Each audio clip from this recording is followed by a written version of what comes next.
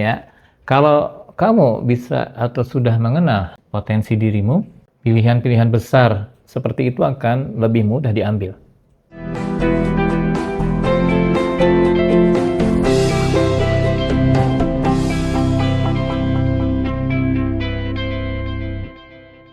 Kalau akhir-akhir ini kamu sering ngerasa bingung mau ngapain dalam hidup, atau kerja udah rajin tapi hasil masih jauh dari harapan, sejadi bukan karena kamu malas, bukan juga karena kamu nggak punya potensi, tapi karena kamu belum kenal siapa dirimu sendiri.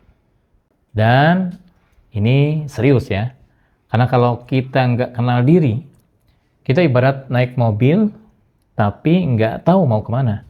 Capek di jalan pastinya, bensin habis, tapi nyampenya di tempat yang nggak kita mau juga. Oke, hari ini aku mau ajak kamu untuk ngecek dari 7 tanda ini, berapa yang ada di kamu. Kalau lebih dari 3, berarti saatnya kamu mulai perjalanan untuk mencari, mengenali dirimu sendiri. Aku juga bakal kasih cara mulainya biar kamu nggak nyasar di hidup ini. Oke, tanda pertama. Gonta-ganti tujuan hidup. Hari ini mau kerja di sini, besoknya mau resign, lusa mau buka bisnis kopi, minggu depannya mau jadi freelancer. Semua serba pengen dicoba, tapi nggak ada yang benar-benar dijalani sampai tuntas. Ini biasanya karena kita nggak punya peta hidup, nggak punya kompas. Jadi, keputusan yang diambil cuma didasari tren atau rasa bosan sesaat yang menyebabkan akhirnya gonta-ganti seperti itu. Oke, tanda kedua. Mudah iri sama pencapaian orang lain. Lihat teman naik jabatan, kita ngerasa ketinggalan, bahkan stres. Lihat orang lain nikah, kita panik. Lihat teman posting liburan, kita ngerasa hidup ini, aduh, nggak seru banget deh. Kalau kamu masih sering seperti itu tandanya kamu belum punya definisi sukses menurut versimu sendiri. Akhirnya, ukuran suksesnya ya minjem dari orang lain. Oke, tanda ketiga. Yang ketiga, bingung ambil keputusan penting. Nah, masih suka bingung-bingung ambil keputusan penting, sampai berhari-hari, berminggu-minggu, enggak lah ya. Nah, misal dalam memilih karir, masih bingung. Mau ada rencana pindah kota, juga bingung. Mau mulai bisnis, malah bingungnya 7 keliling. Dan akhirnya, kita nggak gerak-gerak, kita nggak maju-maju. Ya, kalau kamu bisa atau sudah mengenal potensi dirimu, pilihan-pilihan besar seperti itu akan lebih mudah diambil dan akan lebih tepat karena kamu tahu apa yang bisa benar-benar cocok sama visi hidupmu. Oke, tanda keempat. Masih terjebak rutinitas tanpa arah. Setiap hari bangun pagi, berangkat kerja, pulang, tidur, ya bangun, kerja, pulang, tidur, begitu terus berulang. Nggak ada variasi, ya, berulang lagi. Dan nggak ada perkembangan. Dan nggak ada gairah. Cuma hidup seperti mode autopilot, bukan autopilot ya. Seperti mode yang berjalan sendiri, begitu, otomatis. Masalahnya, otomatisnya ini otomatis yang nggak nyaman. Ya, otomatis yang justru berbahaya. Karena pelan-pelan bisa bikin kita kehilangan rasa hidup. Ya, ini berbahaya. Oke, tanda yang kelima. Masih ikut-ikutan tren. Ya, ikut-ikutan tren begitu aja tanpa mikir ini cocok atau enggak ya, sesuai atau enggak. Teman ikut kelas ini, kita ikut juga. Teman investasi di sini, kita ikutan juga. Padahal kita nggak ngerti dan nggak tahu kenapa kita mau seperti itu. Ya, tapi kalau kamu udah mengenal dirimu sendiri, udah tahu visi ke depan, kamu nggak akan gampang ke bawah arus. ya, akan lebih kokoh dalam menentukan pilihan-pilihan yang penting. Oke, tanda keenam, masih mudah kehilangan motivasi. Nah, ini. Di awal-awal biasanya semangat begitu ya. Tapi sehari dua hari, seminggu dua minggu berikutnya kendor. Ya, udah hilang tuh semangatnya. Karena kita nggak punya alasan yang cukup kuat di dalamnya. Nggak ada faktor why yang kuat.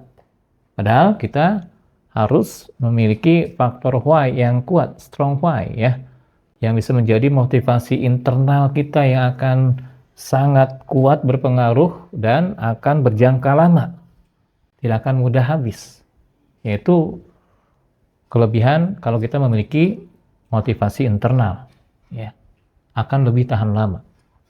Oke, tanda ketujuh.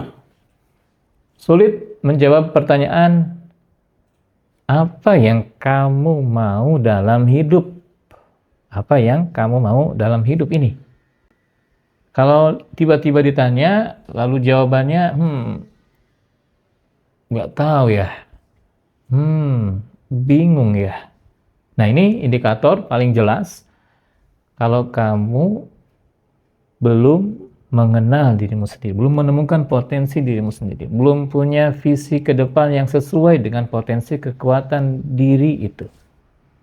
Karena orang yang sudah mengenal potensi dirinya dengan baik dan sudah punya gambaran ke depan, visi ke depan, walaupun belum detail tentang apa yang mau dia capai dan dia jalani, maka akan lebih jelas jalan hidupnya yang dia ambil.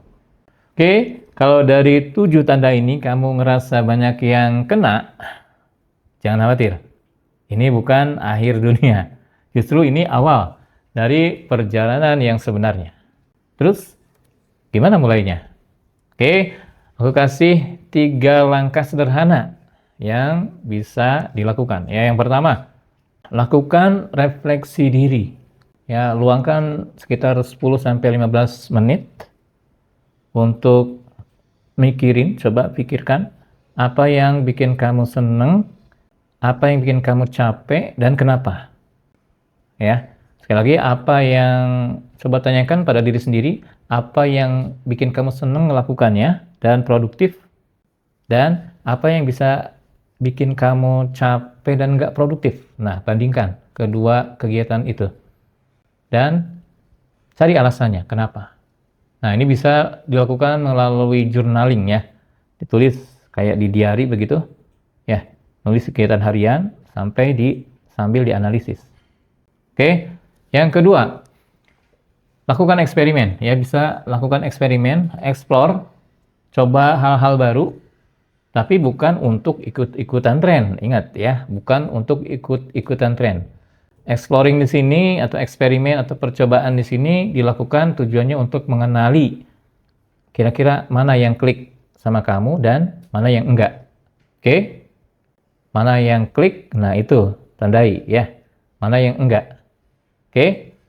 Jadi ini yang menilainya adalah hati nuranimu sendiri ya. Karena setiap orang pasti memiliki hati nurani yang jujur. Nah, ikuti itu.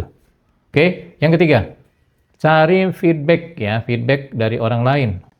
Misal, coba tanyakan ke orang terdekat yang tahu kita, yang mengenal kita, tentang hal-hal yang mereka lihat yang sekiranya kuat di diri kita, apa gitu ya. Yang menjadi kekuatan kita apa, kelebihan kita apa. Nah, orang-orang terdekat biasanya tahu ya. Ya, menurut penilaian dia. Nanti kita combine dengan penilaian diri sendiri. Oke? Karena kadang kita nggak sadar punya kelebihan itu, ya punya kelebihan tertentu, tapi orang lain tahu. Ya, nah, tapi kadang orang nggak ngasih tahu, makanya kita tanya.